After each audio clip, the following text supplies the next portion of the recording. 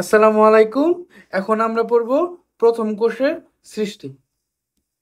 আচ্ছা দেখো, আমাদের পৃথিবী তো অনেক আগেই উদ্ভব হয়ে গিয়েছে এবং এই পৃথিবীর উদ্ভবের অনেক পরে কিন্তু জীবনের সৃষ্টি হয়েছে এবং এই জীবনের সৃষ্টিরও অনেক পরে এই মানুষের মতো এমন উন্নত প্রজাতির সৃষ্টি হয়েছে। তো আমাদের মাথায় আগে থেকে এই প্রশ্ন ছিল যে আসলে এই মানুষ হঠাৎ করে এই জড় পদার্থের পৃথিবীতে এই মানুষ কিভাবে আসলো। তো এগুলা নিয়ে অনেক বিজ্ঞানীরাও গবেষণা করলো এবং তারা এইটাতে এগ্রি করলো যে আসলে এই জড় পদার্থের পৃথিবীতে হঠাৎ করে একটা প্রি এক্সিস্টিং সেল আসলো। আর এই প্রি এক্সিস্টিং সেল থেকেই ধীরে ধীরে ক্ষুদ্র ক্ষুদ্র আসলে উন্নত প্রাণী বা জীব তৈরি হতে লাগলো এবং ওইটা থেকেই ধীরে ধীরে উন্নত জীব তৈরি হতে লাগলো। অনুন্নত তারপর আবার উন্নত। তো এখন প্রশ্ন আসলো, এই জড় পদার্থের পৃথিবীতে কিভাবে এই প্রি এক্সিস্টিং সেলটা আসলো। তো এই জন্য বিভিন্ন বিজ্ঞানী বিভিন্ন মতবাদ দিয়েছেন। তার মধ্যে সবচেয়ে জনপ্রিয় মতবাদ বা বলতে পারো সার্বজনীন গৃহীত মতবাদ হচ্ছে জেবিএস হেলডিন আর আলেকজান্ডার অপারিনের।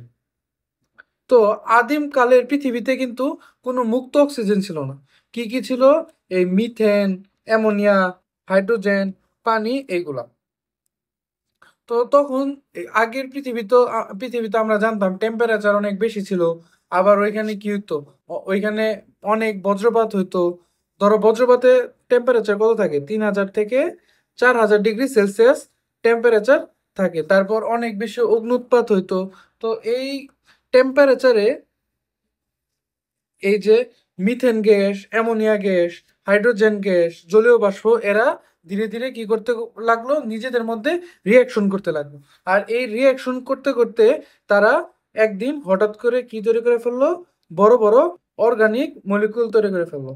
কি তৈরি করে ফেললো? বড় বড় অর্গানিক মলিকুল তৈরি করে ফেললো। যেমন এরা নিউক্লিওটাইড তৈরি করে ফেললো, নিউক্লিওটাইড থেকে ডিএনএ তৈরি করে ফেললো, ডিএনএ থেকে আরএনএ তৈরি করে ফেললো। ধীরে ধীরে কিন্তু তাহলে কি হয়ে গেল? আমাদের প্রোটিন তৈরি হয়ে গেল। এবং প্রোটিন তৈরি হওয়া মানে কি? আমরা জীবনের তৈরি হয়ে যাও। তো এই মতবাদটা দিয়েছিলেন হচ্ছে আলেকজান্ডার অপারিন এবং জেবিএস হেলডিং। তো সাধারণভাবে একটা মতবাদ যখন দেওয়া হয় তখন কিন্তু এর পক্ষে বিপক্ষে অনেক বিজ্ঞানীরাই মতবাদ দেন। কিন্তু তার প্রায় 33 বছর পর এই যে স্টেনলি মিলার আর হ্যারল্ড ডুরে কি করলো? এই যে আগের দিনের যে গ্যাসগুলো ছিল সেই গ্যাসগুলো নিয়ে ইলেকট্রিক প্রবাহের মাধ্যমে অ্যামোনো অ্যাসিড তৈরি করে ফেললো। অ্যামোনো অ্যাসিড তৈরি করে ফেললো। তার মানে কি? তার মানে এই ওদের আলেকজান্ডার অপারিন এবং জেবিএস হেলডিনের মতবাদ এই জন্যই গ্রহণযোগ্য হলো, কারণ এই মিলার আর উরে সাহেব কি করলো? এইটা কিন্তু ল্যাবরেটরিতে প্রমাণ করে ফেললো। এই জন্যই এটা সবচেয়ে সর্বজনীন গৃহীত। আচ্ছা, তো এগুলো মাঝে মাঝে এমসিকিউ এর জন্য আসতে পারে। আচ্ছা, তারপর দেখো এই যে এটা কি। আচ্ছা, আমরা তো জানি ডিএনএ হচ্ছে ডাবল হেলিক্স আর আরএনএ হচ্ছে এক সূত্র সাধারণত। কিছু কিছু আবার ডিএনএ আছে এক সূত্রক, আবার কিছু কিছু আরএনএ আছে ডাবল সূত্রক।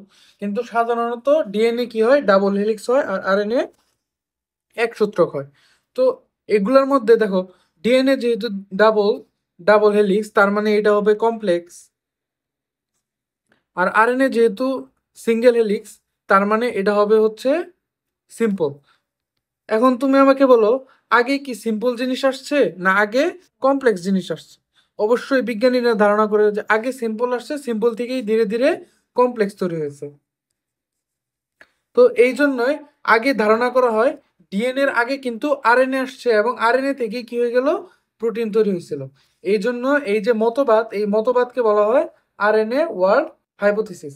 এবং এটা কিন্তু CQ2 এর জন্য অনেক ভালো একটা কোশ্চেন এবং এটা কিন্তু অবশ্যই তোমরা ভালো করে বানায় রাখবা আর কি।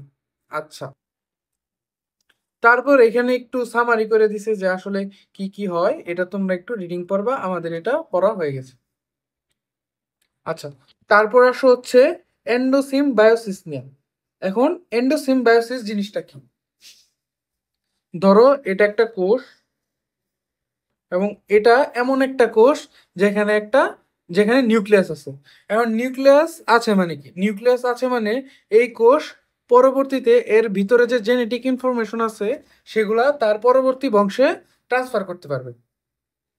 আচ্ছা ঠিক আছে, তাহলে একটা কোষ থাকলো, সেখানে নিউক্লিয়াস থাকলো।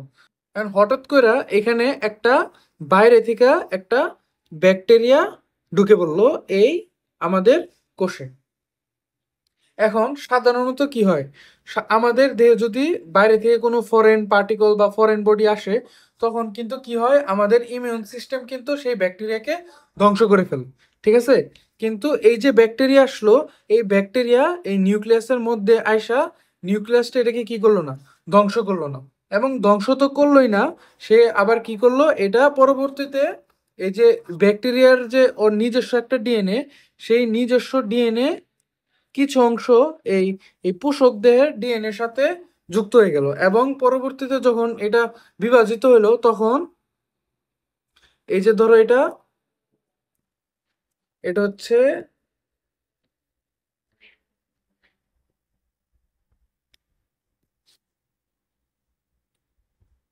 এটা হচ্ছে এই পোষক ডিএনএ, আর এটা হচ্ছে ব্যাকটেরিয়ার ডিএনএ। এই পোষক ডিএনএ এবং ব্যাকটেরিয়ার ডিএনএ একত্রে কি হয়ে গেল, একত্রে একত্রে কি করলো, একটা রিকম্বিনেন্ট ডিএনএ তৈরি করলো। এবং দেখো এখানে কিন্তু যেমন পোষক দেহের বৈশিষ্ট্য আছে, তেমনি কিন্তু ব্যাকটেরিয়ার বৈশিষ্ট্যও আছে। আর এই যে ব্যাকটেরিয়া একটা নিউক্লিয়াস বিশিষ্ট পোষক কোষে ঢুকে পড়লো, এই ঘটনার নাম হচ্ছে এন্ডোসিম বায়োসিস। এন্ডোসিম বায়োসিস। এখন দেখো এই যে এন্ডোসিম বায়োসিস হইলো, এর কারণে আসলে কি হইলো? তো এখানে দেখো, এটা ধরো হচ্ছে নিউক্লিয়াস বিশিষ্ট পোষক নিউক্লিয়াস বিশিষ্ট পোষক কোষ। এখানে একটা ব্যাকটেরিয়া ঢুকলো, সেটা ধরো বায়বীয় ব্যাকটেরিয়া। বায়বীয় ব্যাকটেরিয়া মানে কি, তারা কি করতে পারে, শ্বসন করতে পারে, শ্বসন করতে পারে। তার মানে দেখো এই যে নিউক্লিয়াস বিশিষ্ট যে কোষটা থাকলো, সেখানে কিন্তু শ্বসনের এবিলিটি আসা বলবো। শ্বসনের এবিলিটি যখন আসা বললো, তখন কিন্তু এদেরকে তখন এরা ধীরে ধীরে আরো উন্নত হয়ে কিন্তু প্রাণী তৈরি করে ফেললো। কারণ কি, শ্বসন করতেছে মানে কি, এরা নিজেদের টিপি নিজেরা তৈরি করে ফেলছে। আচ্ছা, এটা তো গেল মনে করো ওয়ান কেস 1। কেস 2তে কি হলো, দেখো এখানে ধরো আমরা কেস 2তে যাই। কেস 2তে কি হলো, এই যে পোষক কোষ, নিউক্লিয়াস বিশিষ্ট পোষক কোষ, এবং ওইখানে কি তৈরি হলো, একটা ফটোসিনথেটিক ব্যাকটেরিয়া তৈরি করে ফেললো, প্রবেশ করে ফেললো। তো ফটোসিনথেটিক ব্যাকটেরিয়া প্রবেশ করার মানে কি, তো এই পোষক কোষের কাছে কিন্তু এখন শালক সংশ্লেষণের এবিলিটি এসে বললো। শালক সংশ্লেষণের এবিলিটি এসে বললো। এখন শালক সংশ্লেষণ কে করতে পারে, উদ্ভিদ করতে পারে। তো এই কোষটা ধীরে ধীরে উন্নত হয়ে কিন্তু এখন আবার কোষে উদ্ভিদ কোষে পরিণত হয়ে গেল। তার মানে আমরা দেখলাম কিভাবে একটা অনুন্নত প্রাণী থেকে ধীরে ধীরে কি তৈরি হয়ে গেল, এই যে আমাদের প্রাণী তৈরি হয়ে গেল, এবং আমাদের কিন্তু এই উদ্ভিদ তৈরি হয়ে গেল। আচ্ছা, এইটুকু আমরা বুঝলাম। আর এখান থেকে আরেকটা জিনিস আমাদের মনে রাখতে হবে, সেটা হচ্ছে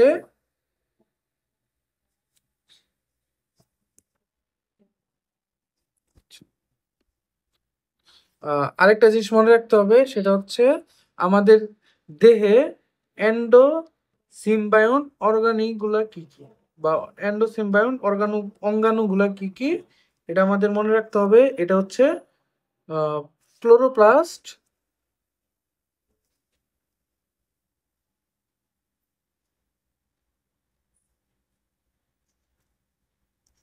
আর হচ্ছে আমাদের মাইটোকন্ড্রিয়া।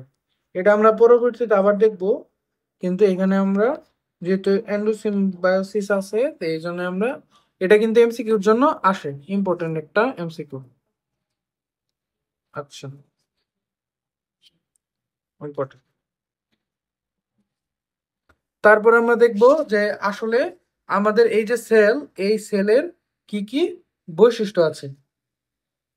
এই বৈশিষ্ট্যগুলা তোমরা মোটামুটি জানো, যেমন এই যে সকল গাঠনিক ও আণবিক উপাদান কি থাকে আমাদের সেলে থাকে। তারপর কি প্রয়োজনীয় কাঁচামাল ভেতরে গ্রহণ করতে পারে। আমরা ধীরে ধীরে যখন দেখব তখন এগুলো আরো ইজি হয়ে যাবে। আমরা এই সবগুলা প্রসেস কি করব, ব্যাখ্যা করব। এই কাঁচামাল ধরো একটা সেলের একটা জিনিস লাগে, সে কিন্তু বাইরে থেকে সেটা গ্রহণ করতে পারে, ভিতরে ঢুকাইতে পারে, বিভিন্ন অণু তৈরি করতে পারে। এগুলো আমরা জানবো, সুনিয়ন্ত্রিতভাবে বেড়ে উঠতে পারে। আচ্ছা, এগুলা রিডিং পড়বা একটু। আচ্ছা, এখানে আরেকটা জিনিস আছে, সেটা হচ্ছে আমরা কিন্তু হোমিওস্ট্যাটিক হোমিওস্ট্যাটিক হোমিওস্ট্যাটিক জিনিসটা কি দেখো। মনে করো এই তুমি এইখানে বসে আছো, এটা তুমি, আর বাইরের টেম্পারেচার হচ্ছে 50 ডিগ্রি সেলসিয়াস। আবার আরেক দিন তুমি এখানে বসে আছো এবং বাইরের তাপমাত্রা -5 ডিগ্রি সেলসিয়াস। আর আমরা তো জানি আমাদের বডি টেম্পারেচার কত, 36 থেকে 38 ডিগ্রি সেলসিয়াস বা 96.4 ডিগ্রি ফারেনহাইট। তো যখন বাইরের টেম্পারেচার 50 ডিগ্রি সেলসিয়াস, তখনও কিন্তু তোমার দেহের টেম্পারেচার 36 থেকে 38 ডিগ্রি সেলসিয়াস। আবার বাইরের টেম্পারেচার যখন -5 ডিগ্রি সেলসিয়াস, তখনও কিন্তু তোমার বডি টেম্পারেচার সেই 36 থেকে 38 ডিগ্রি সেলসিয়াস। তার মানে দেখো, বাইরের অবস্থা যাই হোক না কেন, তুমি কিন্তু তোমার অভ্যন্তরীণ স্থিতি বজায় রাখতেছো। আর সেটাকেই বলা হয় হোমিওস্টেসিস। হোমিওস্টেসিস মানে দেখো, হোম মানে কি অভ্যন্তরীণ অবস্থা, আর স্টেটিস আসছে স্ট্যাটিক থেকে। স্ট্যাটিক মানে কি স্থির, তার মানে তোমার অভ্যন্তরীণ অবস্থা স্থির আছে। আর এটার এরকম, আর এরকম না কারা দেখো, ব্যাং কিন্তু নিজের টেম্পারেচার বাইরের তাপমাত্রা অনুযায়ী পরিবর্তন করে ফেলতে পারে। আচ্ছা, তাহলে তারা কিন্তু হোমিওস্ট্যাটিক না, মানুষ কিন্তু হোমিওস্ট্যাটিক প্রাণী। আর এরা আসলে কি করতে পারে, আবার অভিযোজন করতে পারে বারবার। আমাদের কিন্তু কি আমরা কিন্তু এরকম ছিলাম না, আমাদের আদি পুরুষরা অন্যরকম ছিল। তোমরা যখন 12 চ্যাপ্টার পড়বা তখন আরো ভালো করে ক্লিয়ার হবা, যাতে আমরা কিভাবে ইভলিউশনের মধ্যে দিয়ে গিয়েছি। আচ্ছা আচ্ছা, এখন আমাদের পড়তে হবে সাইটোলজি বা কোষবিদ্যা কি। আচ্ছা, কোনো জায়গায় তোমরা যদি সাইট শব্দটা পাও, তার মানে হচ্ছে কোষ। ঠিক আছে, সাইট মানেই কোষ। যেমন তুমি যকৃতের কোষগুলো হচ্ছে হেপাটোসাইট, তারপর রক্ত কোষ যেগুলা, এগুলার মধ্যে কি কি আছে, লিম্ফোসাইট, মনোসাইট, মানে সাইট হচ্ছে কোষ। আর লোজস, লজি আসছে লজস থেকে, আর সেটা হচ্ছে জ্ঞান। তার মানে এই কোষ সম্পর্কিত যে জ্ঞান, সেটাই কিন্তু আমাদের সাইটোলজি। তো জীববিজ্ঞানের যে শাখায় কোষ সম্পর্কে আলোচনা করা হয়, তাকে কি বলা হয়, সাইটোলজি বা কোষবিদ্যা বলে। এই এটা তো সিকিউ এর জন্য এটা তো পড়বাই, কিন্তু এখান থেকে আমাদের ইম্পর্টেন্ট জিনিস কি, ইম্পর্টেন্ট জিনিস হচ্ছে দুইটা এমসিকিউ। সেটা হচ্ছে কোষবিদ্যার জনককে, আর আধুনিক বা মডার্ন সাইটোলজির জনককে। দুইজন কিন্তু দুই রকম।